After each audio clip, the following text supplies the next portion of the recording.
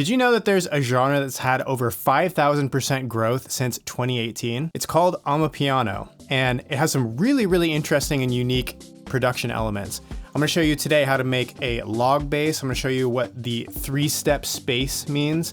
I'm also gonna show you how to make percussion that kind of ties it all together. So even if you don't make this genre of music, there's a lot of concepts that you can use in the genre that you do make. So let's jump in.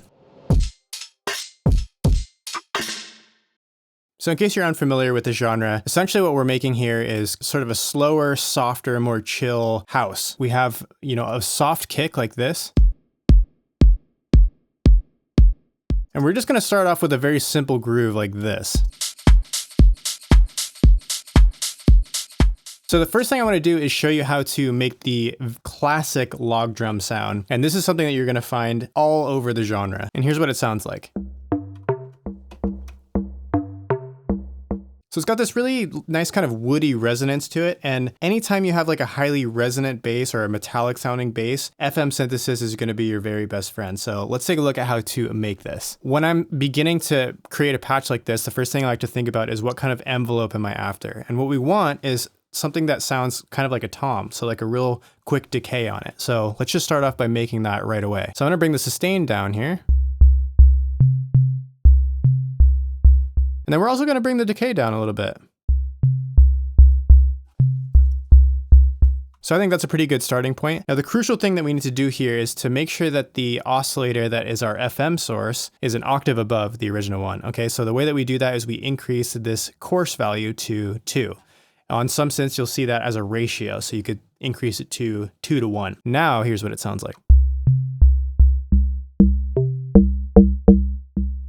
Has that really cool resonant sound that we're after. I'm just going to bring this sustain down a little bit more and we'll increase the decay time, which has a huge impact on the sound, by the way, depending on how tight you want the log drum sound, right?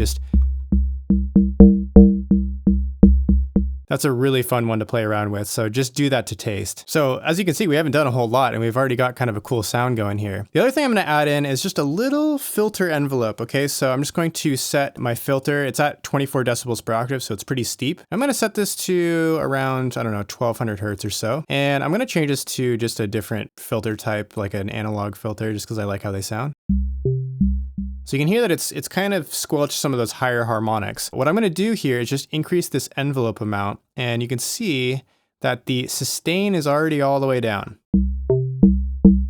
If it was like this, that envelope wouldn't be doing a whole lot, but since it's down,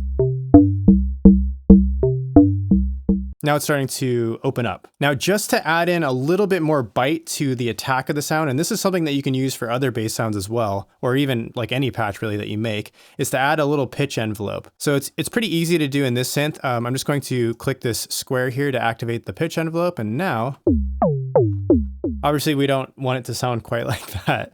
So what we're gonna do is, I'm just going to bring this down to a more subtle level, like somewhere around here. I'm gonna bring this peak, all the way up to about 48 semitones above, which means that it's starting at a really high point before it actually settles to the note that we're playing. But what I'm also gonna do is bring the decay way down here to like something really short, like 15 milliseconds. You hear that before, it's kind of missing that bite at the very top. And then when we add it in,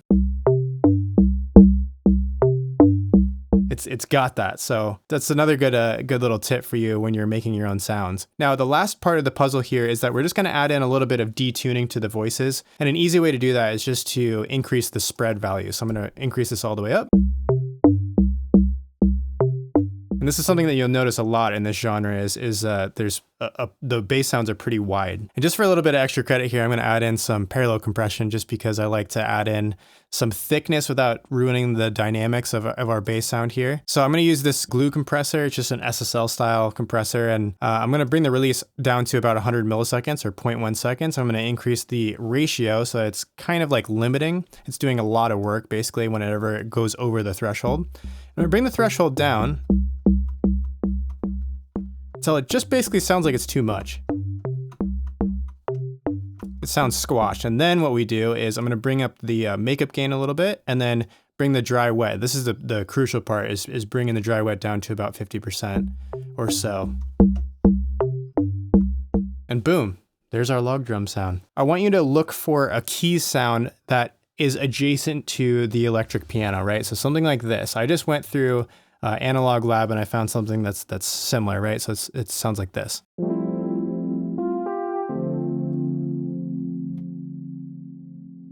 And we're kind of after that, like almost like you're making a chill hop progression. You want something really simple and something that you can build from that kind of hangs around in the back, right? So let's just play some chords on this particular patch.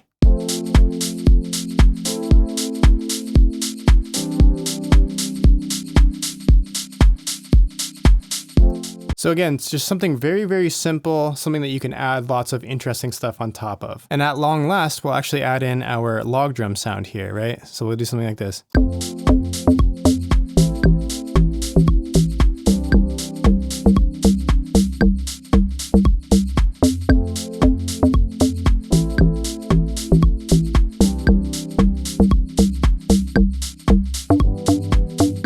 Yeah, that's a great starting point for right now, just something simple and groovy.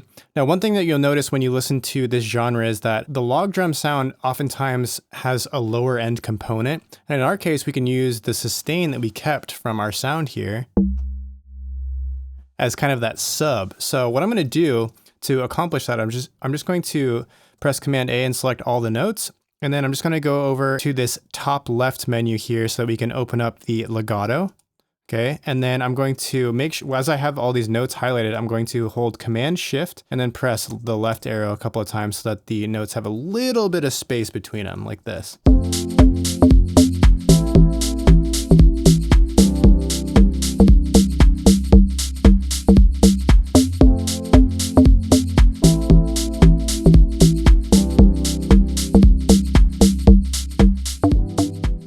Now this groove that we built it's simple and definitely serviceable for the genre, but we can actually take this to the next level and make it a lot more interesting by applying a principle called three-step. The idea behind three-step is that instead of having your kick 4 on the floor every single time, you actually have a space somewhere in there. So here's what it could look like. If this is our kick, let's say we take every second kick out.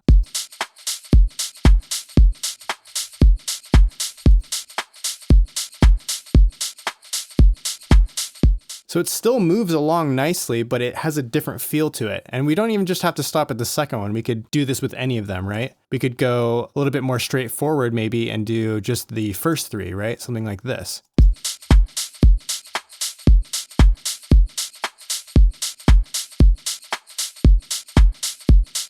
The idea is that you create a space with the kick and then you add in different pieces of percussion that can accent or make the beat more interesting, right? So let's do that. So let's go back to where I just took out the second kick because I kind of like that groove the most. And what I've done here is I've assembled a few different percussion hits, like a few different snares and a conga that we can use to accent that little space that we created by taking out one of those kicks. So here's kind of what that sounds like.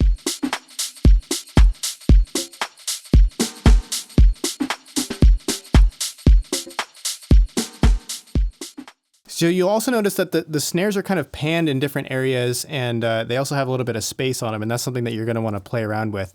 Rather than having everything centered, have everything spread out and create an interesting, stereo image with your percussion. That's the kind of thing that we're after here. And so once we've taken that kick out, maybe it inspires like a different chord progression, a different bass line, something like this.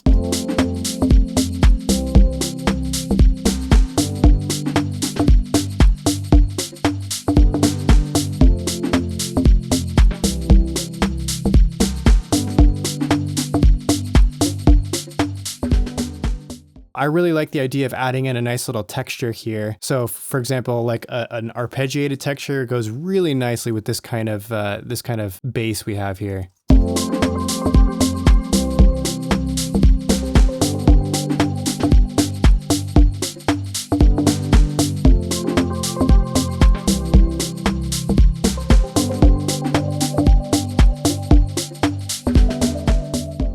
So that's a really nice thing that you can play around with and add. Now, one last thing that I want to leave you with is to really play around with what you can do in the stereo image. So a lot of times you'll notice these grooves have these snare rolls and all shakers and all kinds of stuff happening in the left and right channels. So what you could do is you could add in something like this and just have fun with it. right? So here's what this sounds like.